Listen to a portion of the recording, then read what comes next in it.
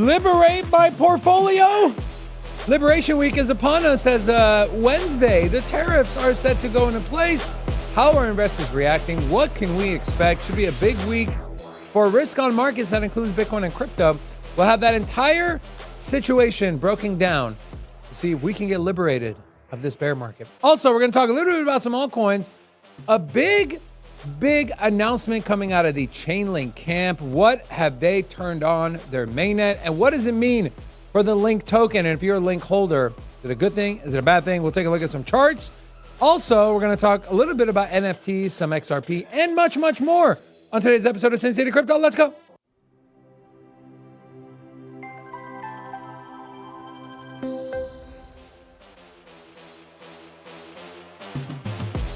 Hola! It's your boy, Big Rob, back in the house. Welcome to Sin City Crypto, home of the entertainment-focused cryptocurrency content, price predictions, and take all that boring and stale information and repackage that turkey up in a fun, sexy way.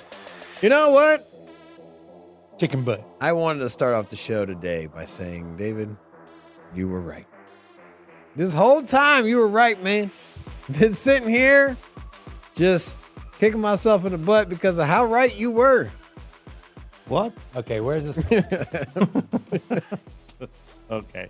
Let me guess. Ethereum? No. Okay. No. So You're then definitely wrong about that one. But What are we talking about? I'm curious. I was right about what? so it was What kind of backhanded compliment are you about to give me? approximately a year ago, maybe it was 8, 9, 10 months ago, but it was before this whole earlier stages of the bull market started kicking off. You know, you said that Bitcoin was going to outperform everything. You said, and I was like, David, there's like no way. Altcoin season is going to rip. And then you just were insistent on saying that, you know, with the ETF and Wall Street, potentially the US, being a buyer of Bitcoin, that Bitcoin was going to outperform all. And well, Bitcoin's reached a new dominance. Bitcoin dominance is now levels we haven't seen since 2021. And well, here we are. Kiss the ring. Get out of my face. But Three. you didn't listen to your own advice because you've been over here shilling Ethereum, okay? Chainlink, and all this other stuff. And you know what? You have a- You, sir, should listen to yourself. Do we have a sometime. thermometer in the office somewhere? Does this man have a fever? Yes. What is going on? You remember that though? Yeah. You remember those arguments? Yeah.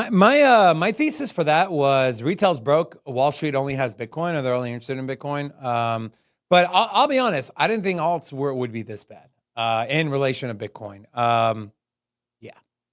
I think a lot of that has to do with, and I'm telling you guys, I think it's super simple. It's the tariff uncertainty. Like no one knows. And Liberation Day is upon us. And well, You know what I don't know? what? You said you don't know. I don't know how much my next Mercedes is going to cost me, man. You know, I was about this close to pulling the trigger on a new Mercedes upgrading, and Well, they said Mercedes is going to get hit the hardest. dude, I decided to pause that purchase, and now I'm kind of a little fearful of what it's going to cost to trade this thing in for Mercedes. Maybe I just have to buy a Chevy. Geo Metro.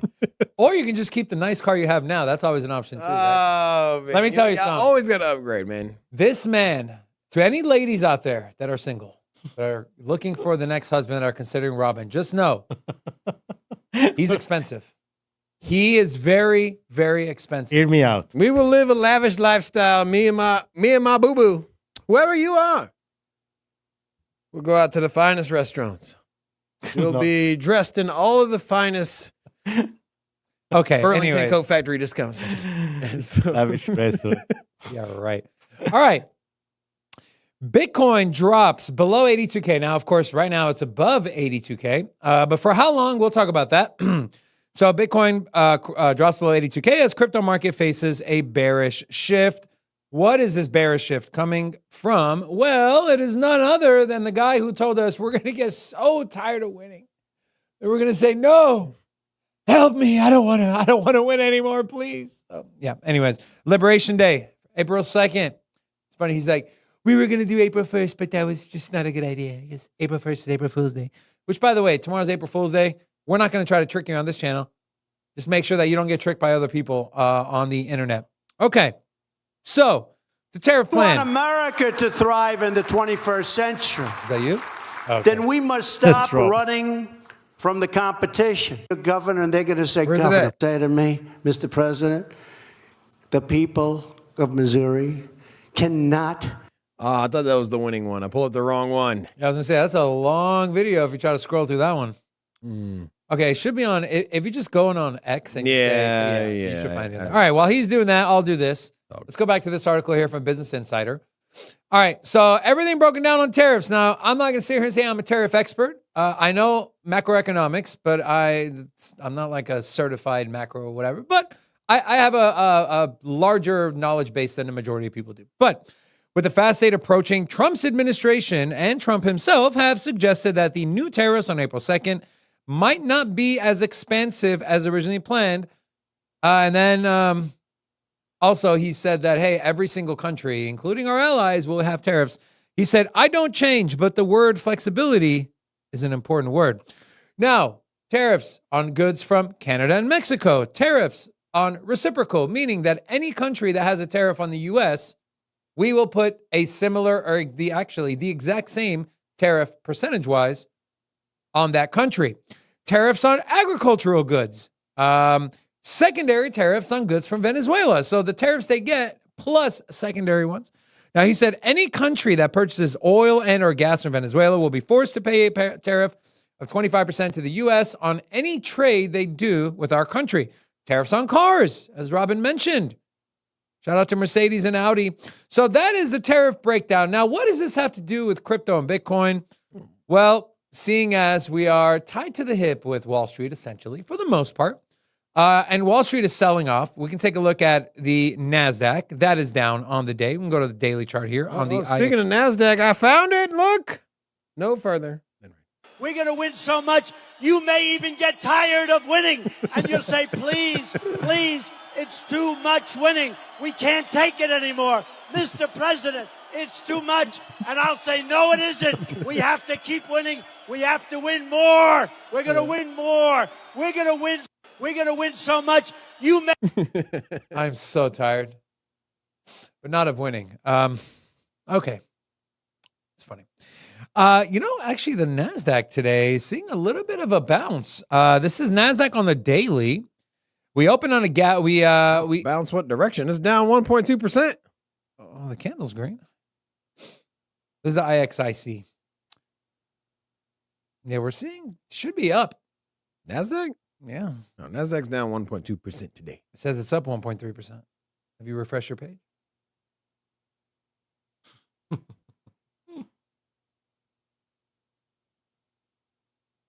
Page refreshed. Interesting. Okay.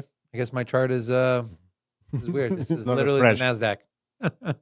Okay, well, someone's wrong, someone's right. Well, I think it's up from the morning open.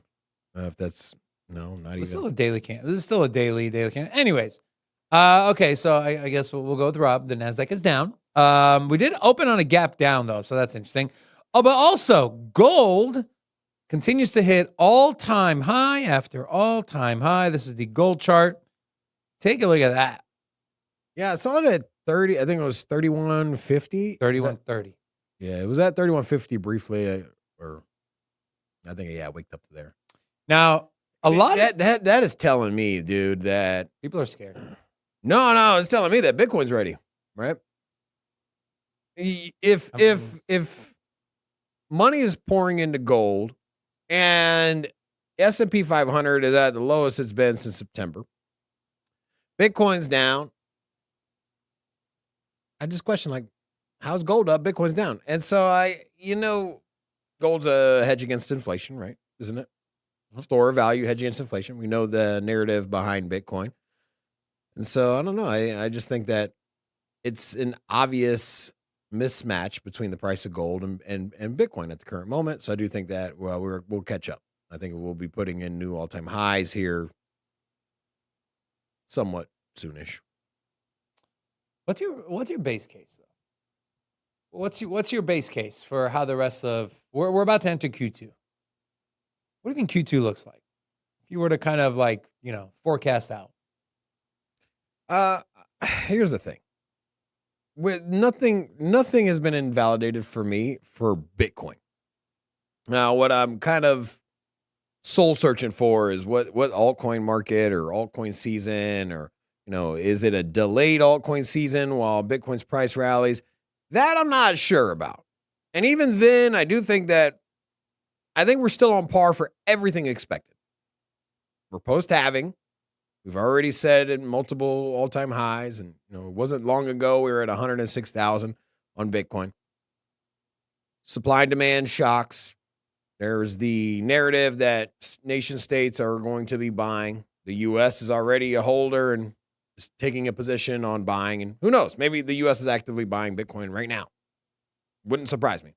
They have a stockpile, and well, you don't get a stockpile without adding more to the pile. So, nothing's been invalidated for me. I think that throughout the course of this year, the timeline's the question. The timeline is a question. And I've been very outspoken on saying that the timeline is broken and that I expect new all-time highs for Bitcoin out into 2026. You were to look at previous cycles and say, hey, post-halving in 4-year runs, there's top during this period of time. That's gone, bro. That is no longer the case. And a lot of this is just off the simple fact of ETFs, retail, and the fact that retail, ETFs, institutions, and now nation states aren't going to panic sell. So you're not going to have the big drawdown. So you're going to have pullbacks. That's natural. Every market gets it. Gold gets it. Doesn't mean that gold's worth any different. Not like the thesis on gold changes. We know what it looks like. Put it on your teeth. Wear it into a chain. Put it in circuit boards. We understand the use case of utility of gold. Same thing for Bitcoin. We already know what it is. So there'll be pullbacks. That's what we're seeing now. Pullback, consolidation. It'll keep going up. I don't see any selling, any big dump off in Bitcoin. And so there's no big dump off. There's no giant sell. Now I will say if Bitcoin were to run to just say things went crazy. Let's just say Bitcoin exceeds everyone's expectations. And China and the U.S. are in some kind of weird political battle trying to buy Bitcoin and it just shoots up the price. This is not that far-fetched, by the way. And you were to see Bitcoin go to, say, plus $1 million. Then at this point, the market is going to capitulate. It's going to find a mean for it to trade at. And so if that were to happen, you get a big pullback. But as long as that doesn't happen, Bitcoin's going to keep trucking along. 2026 will still be putting on all-time highs. So nothing's been invalidated. My big question is timeline. I'm not too sure about the altcoin market, though. Altcoin market is very confusing to me right now. One thing I'm sure of, ETH, not my friend. How did I know you're going to say that? And so just to put a bow on that, on my thesis, I would say there's only so much consolidation. I mean, there's just too much buying. You got Michael Saylor buying. There's rumors of China and other countries buying, Russia buying, U.S. stockpile. And so I would say I give it at most 2 months before we have Bitcoin over 100K. I genuinely believe that. I don't see us under 80,000. I think that $77,000 Bitcoin that we saw 3 weeks ago, 2.5 weeks ago, I think that was it. That was the local bottom. And so from here, we're just waiting for the breakout, supply and demand. There you go. I've always said I think Q2, we're going to get a big rally in Q2. And then going into the end of the year and into the first half of 2020 or the first quarter of 2026, I think that rally sustains. I think it just, the markets need some time. Let April 2nd come. The tariffs, give it a month, see what happens, see what gets adjusted. The markets will get adjusted to it. There'll be new reports that come out. The U.S. is actually, the debt is decreasing. And then people will start interpreting that data as a good thing. They'll feel more confident, and then they'll go risk on, especially if the Fed starts cutting rates. All that money sitting on the sideline in the money market funds, which is anywhere between $6 to $8 trillion, that will no longer live there. That will have to move somewhere else because if you're only earning 2%, it's the opportunity risk is too large for these large companies and hedge funds. With that being said, to wrap up the Liberation Day talks, Very interesting here.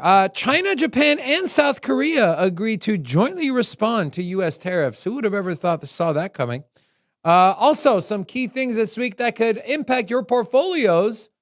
So the ISM manufacturing data comes out on Tuesday, along with the jobs opening data. That comes out Tuesday. I think a lot of investors on Wall Street are going to be looking to this to say, hey, is this going to cause the unemployment rate to go up? And if it does, that might give the Fed that B12 shot in the rear end to cut interest rates. Liberation Day is Wednesday.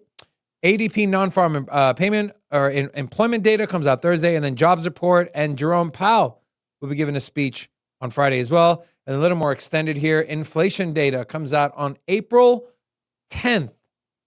So it's kind of your wrap up. And as far as how Bitcoin is performing, now, if you were part of our Discord, you're part of our VVIP group here, which doesn't cost you anything. You just need an account with BuyDeFi and put $100 in real money so you can trade it. That's it. You can be part of this. This was posted on the 28th. Very simple. Shorting Bitcoin at 84K, longing Bitcoin at 81.5. We've hit, I think, 3 trades on this now. And we take a look at this. This is BTC on the 1 hour. Got rejected off of 83.9. Okay, now we're making our way down. And then we had 2 bounces off of that 81.2 level or 81.5.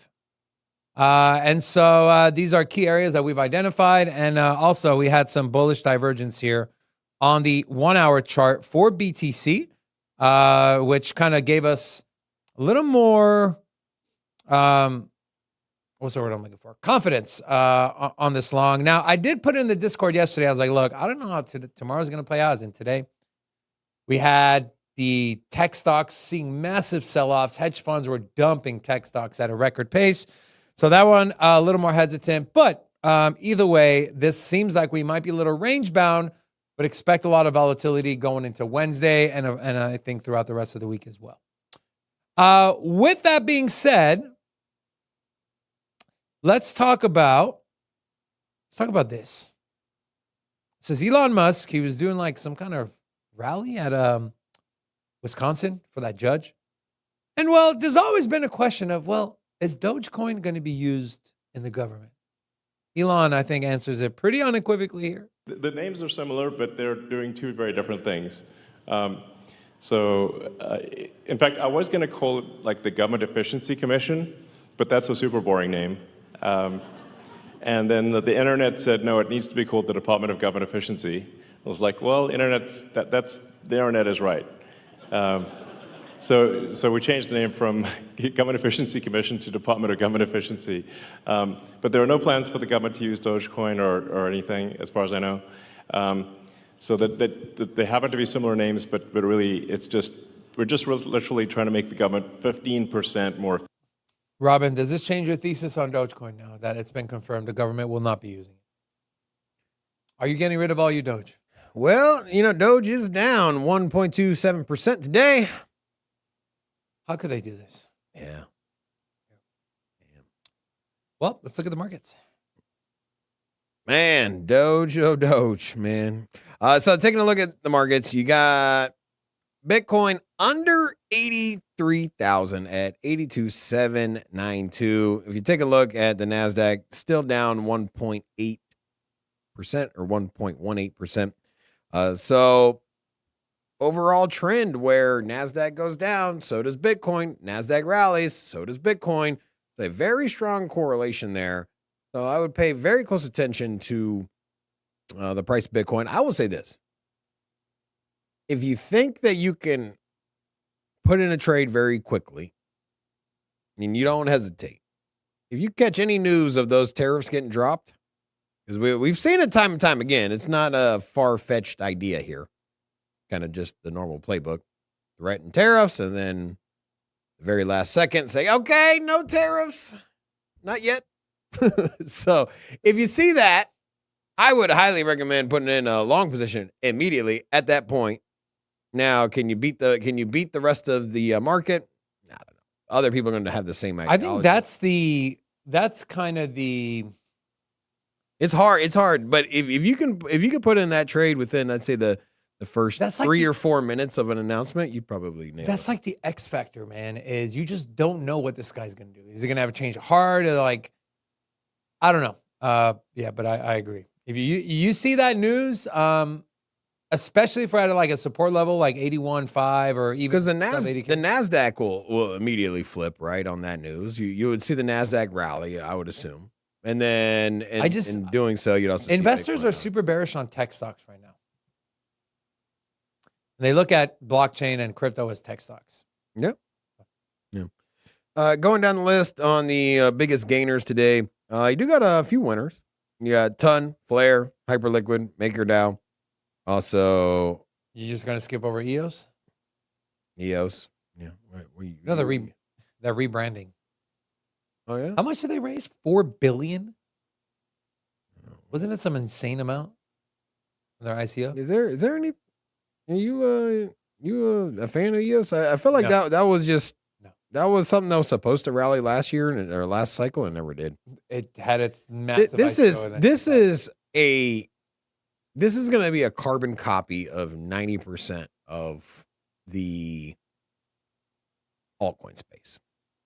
If you think that your altcoin is going to come back because of last year's narrative, look no further than EOS. This is a textbook example of community gets behind it, and little by little, competition just dwarfs it, right?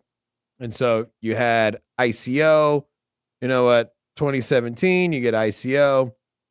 2018, you get the big rally. So people bought it sub $1. You saw a lot of price action. Price goes up to, $18. So just imagine there's a lot of people that really cashed in big here. Also, a lot of people that bought this top, right? This big volume, this candle, this price, this market cap shooting up. There's a lot of people feeding into the hopium and FOMO and buying in. There's a lot of people that bought this well over $10. And so, and this wasn't just some short little blip on the radar. This was from December of 2017 to July of 2018. So you had about 8 months there. And then even after that, you still for a whole year, it was still over $5. It bled off. Everyone expected it to bounce back last full cycle. In comes 2021. Everyone's putting in their positions.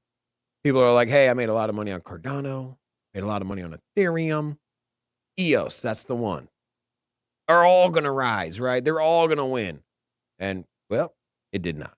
You did see a rally. We went from $2 to $6, briefly hitting $10, but it just never came back. And now you got something well under $1. And I like I said, they're rebranding. They're dead. And they're trying to make a comeback. But to me, it's not worth the risk. But this takeaway from this chart, and whatever project you're the most bullish on, just know that this could happen. This could happen to Ethereum. This could happen to Cardano, perhaps. I hold very, very little faith that this would happen to Cardano, but what I'm saying is that I think that any project can essentially have this happen to them, right? They can lose investor sentiment. They can lose market demand or market positioning. Market cap just keeps dropping, and little by little, people keep selling, and they move to the next fun new chain. I don't think that this will happen to my personal favorite projects, but there's a lot of people that probably were behind EOS when it was out that thought the same thing. And so I always just say, hey, you know what? Diversify to a certain extent to where you're not all in on one project. And then from there, just prepare for, hey, maybe my project doesn't bounce back. It's just the reality of it. Is this another one, Robin? What's that? Which one is this? This Polygon MATIC? Mhm. Yeah. I think Polygon MATIC will reach a similar fate. I don't even know if it's going to have a big rally this bull market, just to be honest with you. I mean, this is such a nice setup, just from like a TA standpoint. This was a beautiful setup for a breakout to the upside, and we did the opposite. We broke below. And I think a perfect example is if you look at XLM. XLM had anybody. Have you heard anybody that wasn't in the 2021 bull market talk about Polygon? anybody new in the market that has been like, you know what? I decided to buy some Polygon. Be like, what? I just got into crypto. Like, no, nobody's chatting about it, man. Here's a great example, okay? This was Stellar Lumens. Very, very similar setup to what we saw with Polygon MATIC, except it did what it was supposed to do, which is break to the upside. And actually, looking at this now, this might be a great time to long XLM. Good. I got to put Yeah, no, I got to put an order in. Good. Are you putting in a trade? Yeah. All right, do your thing, brother. All right, so getting into back into the markets, take a peek. And so what's down today? You got Jupiter down 10%, movement down 7%. You got Pi, Celestia, Helium, and Athena all down 5%. So a lot of red in the streets. But if you look at the 7-day, this is where it gets ugly. So we got a 25% pullback from both Jupiter and Pancake Swap. Hyperliquid is up on the day, but still down 22% on the week. And then going down the list, you start to notice there is a lot of Ethereum projects here taking some big hits. So you got Lido, AAVE, both down over 18%. And then, you have Ethereum down 12% on the week. Where's old ETH at? Man, 12.5%. I'm not going to go on a long tangent today on Ethereum, just a medium tangent. Thank you for that, Robin. Thank you. I just want to say that, like, at what point do you give up hope on ETH? It just keeps bleeding against Bitcoin. I do think that there's going to be opportunity. My thing is that there's going to be opportunities to make money on ETH. But if I were to ask you, David, what's going to outperform in 10 years, ETH or Bitcoin? In 10 years? Yeah. Bitcoin. What's going to outperform in 8 years? ETH or Bitcoin? Probably Bitcoin. You see my point? Is that right now it's been down for, so if you were to rewind and you were to say, hey, we're going to go back to 2017. If you're going to go back to 2017 and you said, hey, sometime between now and 2035, there's going to be 2 years of winning for ETH. Good luck finding it. Everything else, you're going to be down. That's my whole point, is that, yes, there's going to be a rally. Yes, I will be wrong about ETH. But the time window that I'll be wrong will be so narrow that trying to nail it is going to be damn near impossible. So from my perspective, why on earth would I risk my hard-earned money that I love to purchase a Mercedes with, but I can't, so now I'm investing it. Where do I put this hard-earned money? Do I put it in Bitcoin or Ethereum? Do I time Bitcoin right now? Now's the best time to buy at 1,800? I talked about it before. I thought 1,800 was a very beautiful spot to enter into Bitcoin. I mean, on ETH. I don't know, man. I don't know if the timing, man. You got to time it just right. Otherwise, you're going to miss out on the gains. And so for me, I'm a little nervous about ETH, man. The way I look at it, Rob, is I look at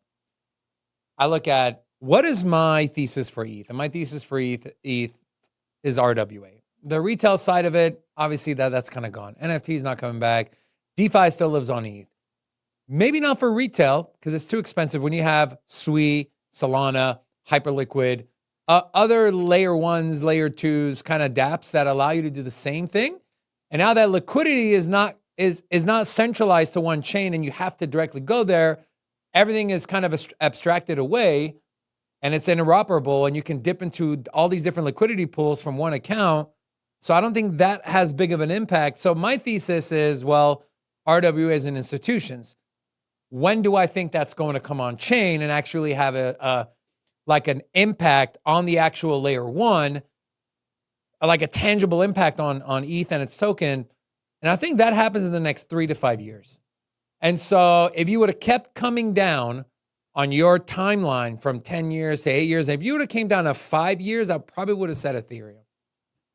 Based off of, again, just the RWA narrative. That's at least for me in my Yeah, and I agree. I would call into question 5 years. I would call into question 3 and 2. At the same time, for me, it's damn near a coin flip on this year. And the downside risk is you just miss the bull market and you end up with another EOS. No, it's not going to be to that extent. Not by a mile. It's not going to be the extent of EOS. But I mean, could you see a $250,000 Bitcoin and then see only a $4,000 Ethereum? I mean, I wouldn't be surprised. What I've been kind of telling you this whole time.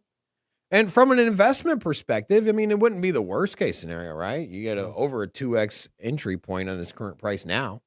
But if you get a 2.5x on Ethereum, but yet you get a 5x, a 3 to 5x out of Bitcoin, I mean, you really lost there, right? I mean, and then you got to time this stuff. And that's my whole point is that it's gonna be hard. I like to set it and forget it, right? I like to buy a project I think is way undervalued, and then sell once it starts to get euphoric. And is it way undervalued? Is it gonna get euphoric? I don't know, man. Speaking of euphoric, we both have gambled. Of course, gambling responsibly, right? Oh, you get euphoric when you hit those jackpots. We had a jackpot on my wife's birthday 2 years ago. Oh, yeah? Why am I saying all this? I don't know. But I do want to give a big thank you to today's channel sponsor, Stake.us, the #1 social casino in the entire world. We're excited to have them on as a channel partner. If you're into certain things like maybe scratchers, maybe playing sit-and-go tournaments in poker, or learning how to play Baccarat, or trying Robin's undefeated feat. It's in the Guinness World Book of Records of rolling 77 sevens in a row. Create an account on stake.us, earn free stake cash, and then redeem it for cryptocurrency right in the wallet. And so if you guys want to show support for our channel, create an account, go on there, play around, have some fun, do it responsibly. It's a lot of fun. And big thank you to Stake for bringing today's show. I like this stake flag. It's pretty cool. Yes. Stake Liberation Day today. Stake Liberation Day. Yeah. I asked the community, support the channel. We support Stake. Go sign up. Check it out. Just at least start an account. Help us out. It's pretty simple. Anyways, I wanted to ask you, so if you were to give me 3 altcoins that everyone has to have in their portfolio going into the end of this year, what would you pick? And I want the chat to play along. Chat, I want you guys to put in, what are your 3 you absolutely have to have this in your portfolio if you are serious about making money? And I know there's a lot of people that are the Caspa fans and ICP fans, which is great. I want to see 3 different answers, okay? I'll send it to Rob first. What are your 3 you absolutely need to have these in your portfolio? Very simple. I'm not gonna have any barn burners here, nothing crazy. But Doge is #1. No, it's not. Start over. No, I genuinely. Doge is #1. I say you got to have a position on Doge, man. I literally just showed you a video. They're not using Doge at the government. I don't care. I think Doge is going to be the strongest performing meme coin. It has yet to rally. So your first pick is a freaking meme coin. Yes, 100%. Okay. #2 is Cardano. I think that under 70 cents. It was at $1.30 briefly, or was it like 3-4 months ago? Half price, 50% off on Cardano. Don't forget that Doge was over 75 cents briefly, or 64 cents, currently at 16 cents. So a lot of room to run on Doge. I do not dismiss the power of a meme coin. I think it will come back with a resurgence, and I think that the meme coin money that will come in will not go to the speculative meme coins that are being launched, by celebrities. I think that is going to go back to the tried and true, the Lord and Savior of meme coins, Doge. And then lastly, I will say, well, I actually had 4. Nope, you get 3. I know. You got I'm 3. struggling too, don't worry. 3. Can I No, kick 4. Doge out of this one? Yes. No, I'm keeping Doge. All right. I was in between Avalanche and Kronos, but You got it. Come on, dude. You Avalanche. What are you doing? He's going to pick Avalanche. He's picking man, Avalanche and Kronos, man, that can make You're such a picking good Avalanche. argument for, Shut for up. both of them. You're picking Avalanche. Yeah, I will pick Avalanche. Mine? Okay. No fighting, okay, guys? Doesn't mean if I don't name the token, I don't You say like ETH, it. I'm gonna throw a shoe at you, bro. I'm not going to say ETH. I'm just okay. I'm going to keep it simple, okay? I'm going to go my 3 sectors I am super bullish on. So AI, got to have BitTensor in there, okay? Subnet's growing. The ecosystem is growing. What they're doing is absolutely crucial if you want to play in AI and decentralized finance. Number 2 is infrastructure, Chainlink. I'm going to share some Chainlink news with you. And I know it's been a slow mover, but things are starting to happen. And again, I'll share with you. And the third one, this is a hard one. The third one, If you say XRP, I open a bottle of champagne. I am between XRP. No way. No, yeah, seriously. I'm between No. XRP, Convex Finance, and I'm between Ondo. Do Ondo. You're not an XRP fan. Just go for Ondo. So I'm thinking this year, and this is kind of my thought process, okay? I think this year, what will not only bring some speculative hype, although it'll be very minimal, but what will also bring some actual on-chain, tangible catalyst for the token price to go up. And I think it's going to be XRP. And it kind of falls into the stable coin, remittance, banking. Now that the lawsuit is over, I think XRP at $2, it ran at $3.80. I think I'm going to have to go XRP. So mine is XRP, Chainlink, and what was the other one I said? BitTensor. Those are my 3. Just highlighting some from the chat. So RustyBot said Solana, SUI, and ADA. Nothing wrong with that. And again, just because I didn't mention a project doesn't mean I'm not bullish on it. It's just what what are we? You know how our community. 9 months. You know how our community is. Yeah, I They'll know. be like, So you hate you didn't say Cadena. Jason S. Like I'm subscribing right now. It's the last time I watched this show I ever. hate this channel. Moondoggy token. Y'all talked about it 5 weeks ago, and how could you say that's not better than Bitcoin? Travis Michael said XRP, Bitcoin, Ondo. Nothing wrong with that. Stan said Bitcoin, BitTensor, and then he gave 2 more. Come on, Stan, you got to play within the rules, bro. Raul said Sweet Link Ondo. That's super solid as well. And so, yeah, thank you all for participating. Also, we do have a goal. 5 $10 super chats, and we'll rate a portfolio live on the show. So we'll see how it goes. Also, for the trading show later today, I'm introducing a brand new segment. I'm excited. It's going to be called Scalp My Portfolio. So you're going to want to tune in today at 2 p.m. Pacific Standard Time. We'll be having a lot of fun on there and taking a look at some charts. We'll check in on this XLM trade that I put in. We are, look at that, already up 3.4%. Oh, man, I'm just a trading guru, man. How can you make 3.5% in 10 minutes? Literally, guys, Wow. Follow me, please. We're going to win so much, you may even get tired of winning. And you'll say, please, please, it's too much winning. We can't take it anymore. Wow, Mr. David. President, You it's are just too much winning, And I'll say, brother. no, it isn't. Bro, That man, have money 3%, here, dog. We That have to 3%, win baby. more. We're going to win more. Aren't you We're tired gonna of winning win- 4%? We're now at 4.2. This thing is moving, guys. Call me the trading master guru. I know exactly. Of course, I'm kidding and being facetious, but you should definitely join our Discord and get VVIP access. I did post some trade setups in there as well. All right.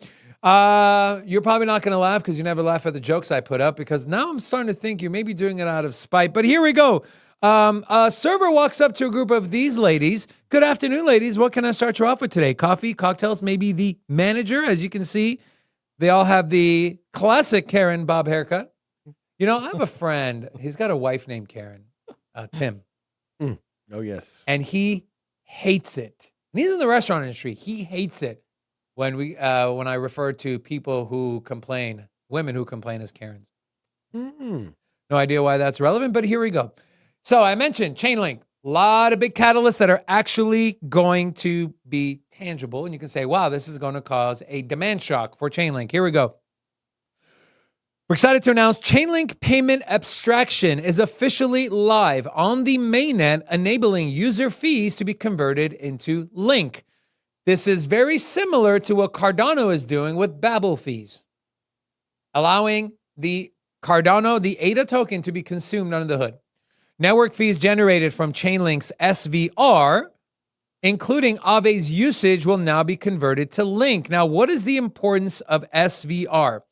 All that money that is lost to MEVs, that money now is 70% of it, I believe, is the 70-30 or 65-35, will automatically get converted into the Link token and paid to validators, paid to stakers, and paid to users on these platforms. And to have AAVE, the number one, you know, AAVE is the number one protocol in all of crypto when it comes to TVL, period.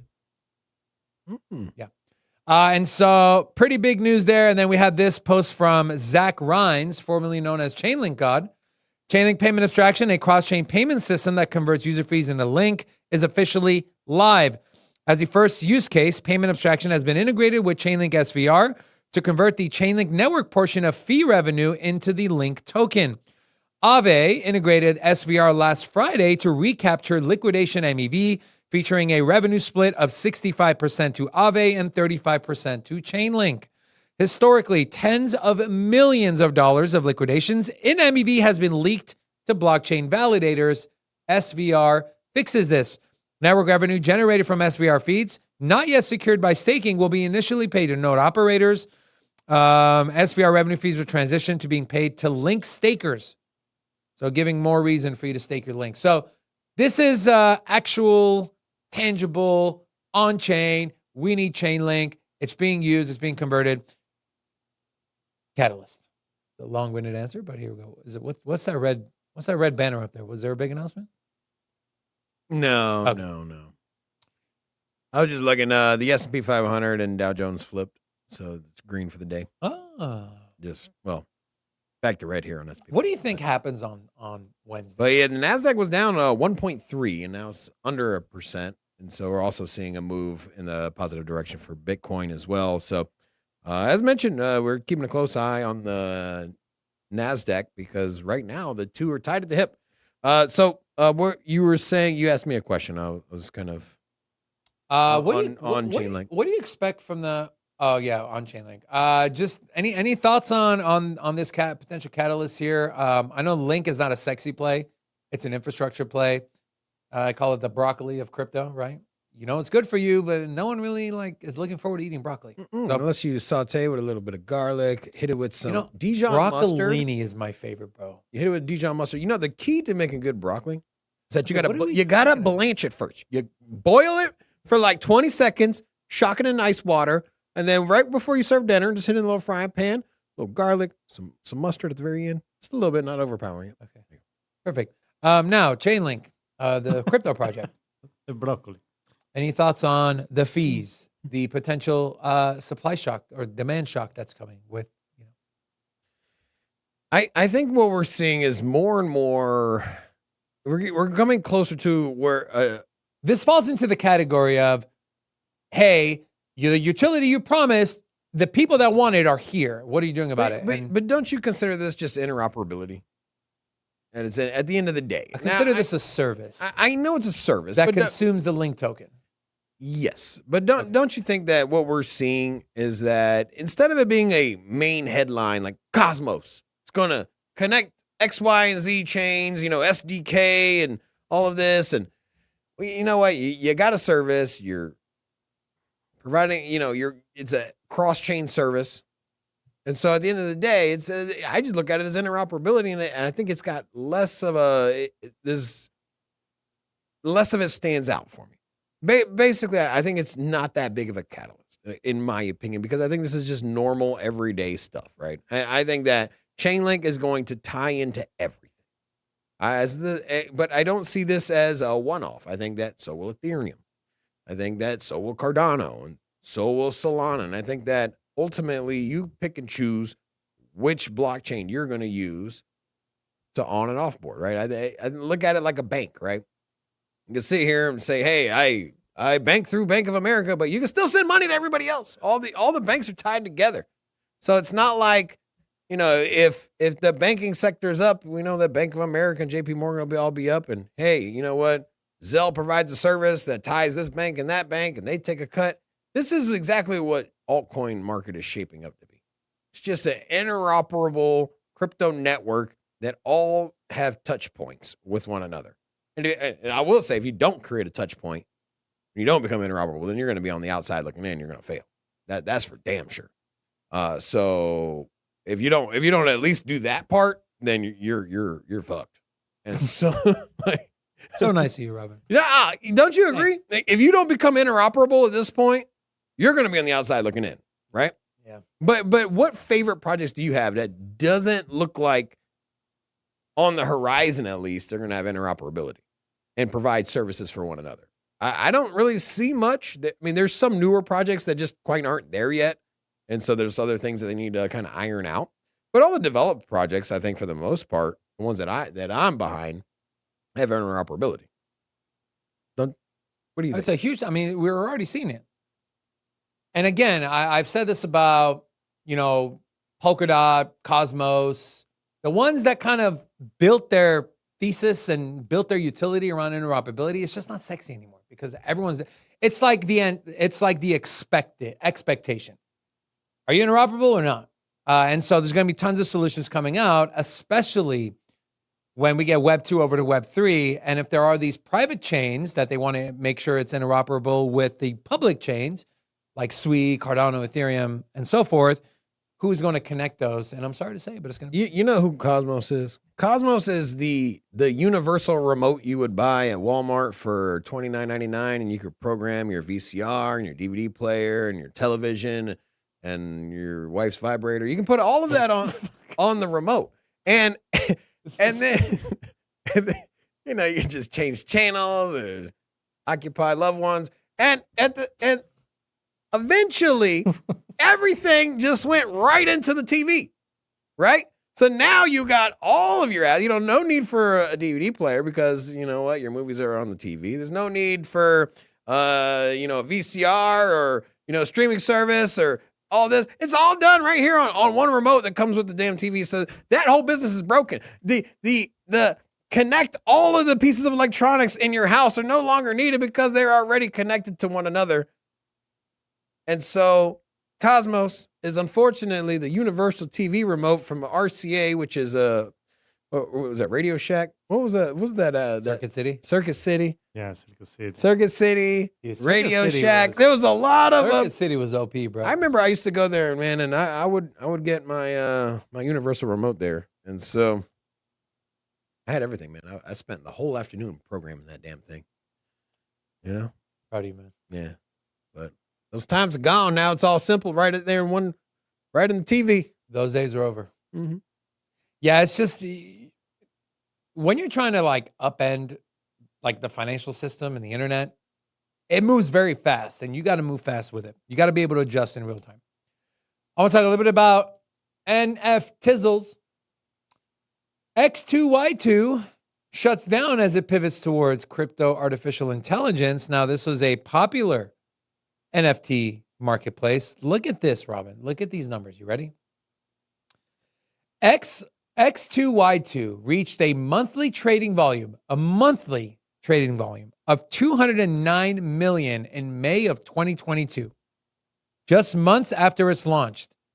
But over the last 1 year, that number is 53.6 million.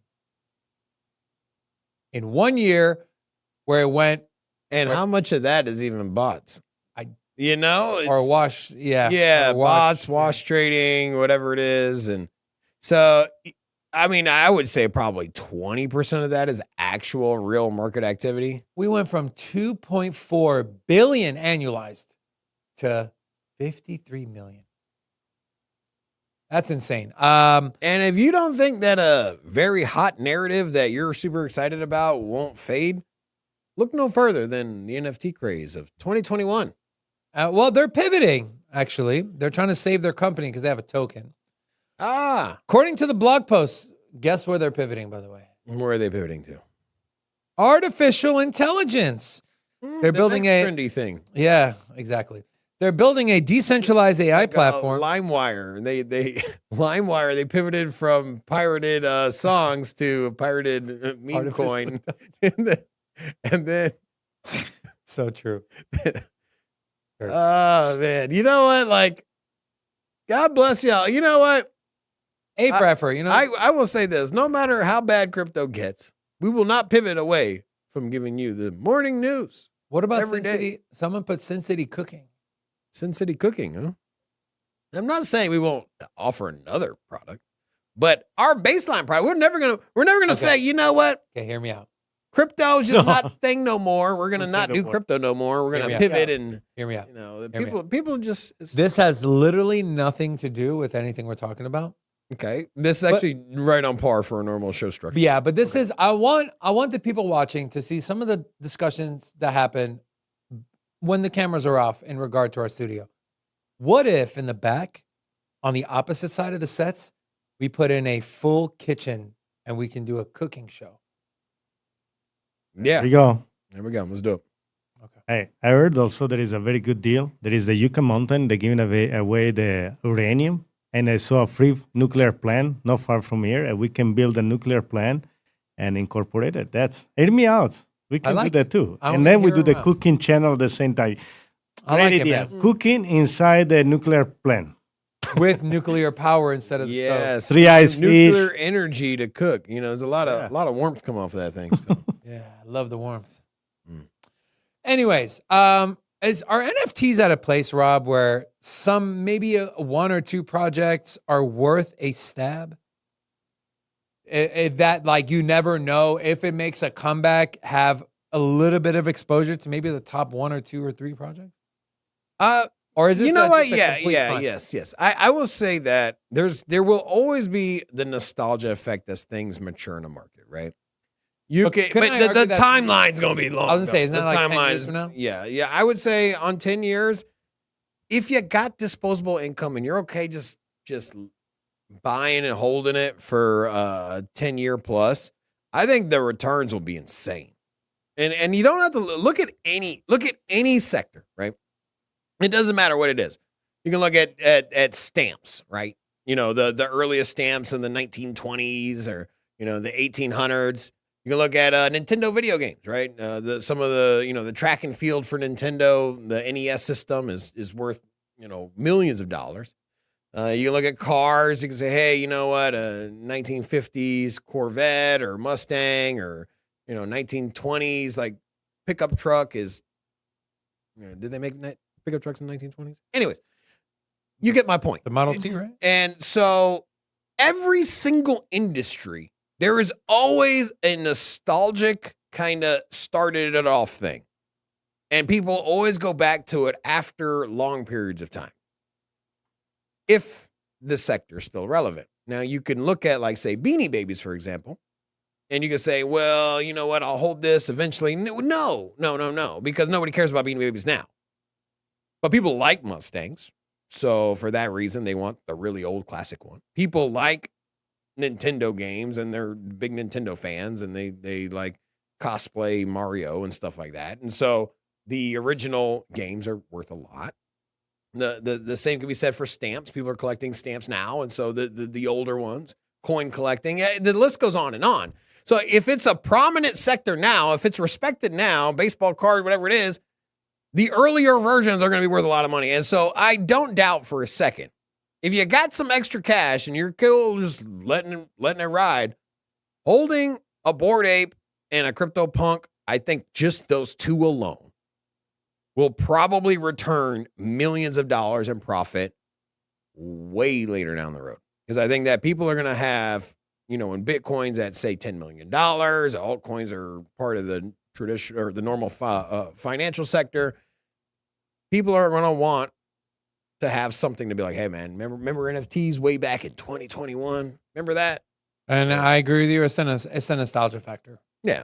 Um, Don't discount that. Those now, which one will it be? Maybe it'll be something different. You know, it's who knows. At the time, if your thesis is nostalgia, what were the 3 biggest projects? yeah. Well, it doesn't mean biggest because here's the thing. Like you can look at. I'm a big collector, but you can look at like I would say GI Joes. GI Joes, the figurines back in the 80s were worth crazy amount of money now, but there was such a saturation. You had like Conan and you know, all these other characters. All those other ones, it was a big pile of Transformers, all kinds of different stuff. There was a lot of different toys of that genre Meant something different. that none of them took off, right? And so we can sit here and be like, hey man, maybe, look at all these altcoins or all of these NFTs. They're going to be worth, this one's the big one, but you never know. You don't know which one's going to be worth the most. But I feel pretty confident on CryptoPunks. If I had to buy one thing, I think CryptoPunk is probably, if you said, hey man, you got to hold an NFT for 10 years. How much are they going for, by the way? CryptoPunk would be the only one I would buy. If you had to twist my arm, I'd probably buy a Bored Ape. But outside of that, I don't know, man. I don't trust Pudgy Penguins. I don't. I trust Pudgy Penguins. I don't. I would trust them. So right now, the lowest you can get a CryptoPunk is 42 ETH. Jesus. Hey, with ETH being down, it's not a lot of money. That is true. What about the CryptoKitty? You remember that? That was the first. Yeah, that was Dapper Labs. That was the first Dapper one. Labs, The really first. I was so bullish on Flow, and I took a big L on that. I cut my losses on it. I took a big L. I think I took like a $30,000 L on that one. But it's okay. I salvaged what I could, and then I just put it back in the market. I made some of it back, not all of it, but I'm not going to hit on every one of them, Speaking of hitting on every one of them, update on our XLM trade, 5.5%. Guys. We're going to win so much, you may even get tired of winning. And you'll say, please, come join me. Please, it's too much winning. We can't take it anymore. Shut it off. Mr. President, it's too much. Come join me at 5 p.m. Eastern time today as we'll be breaking down the charts. Again, I'll be introducing a new segment to today's show, something fun I want to do. It's called Scalp My Portfolio. I'll explain that more in detail when you guys come join me. Again, that's 5 p.m. Eastern right here on this channel. That's all I got. Rocco? Thank you all so much for tuning in. We appreciate every single one of you. If you're not going to make it to the trading show, come back right here tomorrow at 10:30 a.m. Pacific. We love you guys. Until then, peace. Sin City, crypto, everybody know we here for entertainment and info, gonna show you how to get that big dough. So every day stay tapped in, for big facts, no capping. With Bitcoin, if you're in then you win, we divide the pie with no fraction. It's Big Rob, David, I spit the game but they gave it. Name the coin that's your favorite, I got dry powder, why save it? To the OGs, new beginners, special shout out to the well members. Buy a dip, sell winners, ain't really nothing you can tell sinners. Tune in for the latest new flavors, they gonna teach us mean coins, they polarizing like barbecue chicken pizzas. I laugh with a major grin, laggers we trade them in, baddies they came to sin.